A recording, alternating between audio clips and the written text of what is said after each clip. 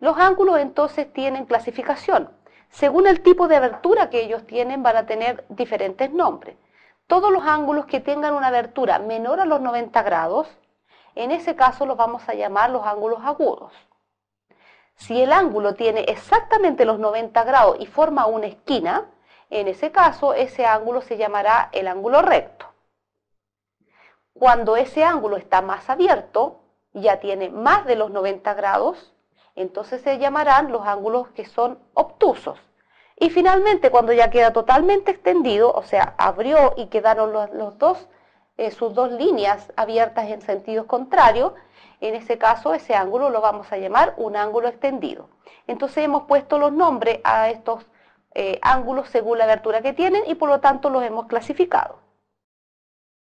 Los ángulos también tienen otra definición, se llamarán adyacentes. Los ángulos adyacentes son aquellos ángulos en que hay más de uno, puede ser dos o más, en que están unidos por uno de sus lados en común. Si ustedes se fijan en la figura tenemos dos. Un ángulo que sería con las puntas AB, terminan en el vértice 0, ese sería un ángulo que lo hemos puesto definido como el ángulo alfa. Pero inmediatamente con uno de los costados se generó otro ángulo más, el ángulo beta. Ellos están unidos por un lado común, que sería el 0B, y en ese caso entonces los vamos a decir que ellos son adyacentes. Se llamarán complementarios ahora, les vamos a decir que son complementarios cuando dos ángulos o más suman entre ellos 90 grados, es decir, forman el ángulo recto.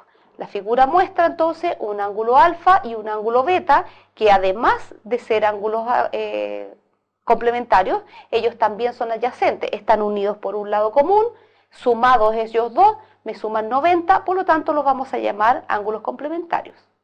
Los ángulos ahora llamados suplementarios, vamos a decir que se llaman así cuando los ángulos dos o más ángulos, no necesariamente son dos. En los ejemplos anteriores, en el dibujo aparecían dos, pero en este caso, por ejemplo, aparecen tres, para que no siempre uno tenga la costumbre de que solamente dos tienen que sumar los 90 o dos tienen que sumar los 180, pueden ser más.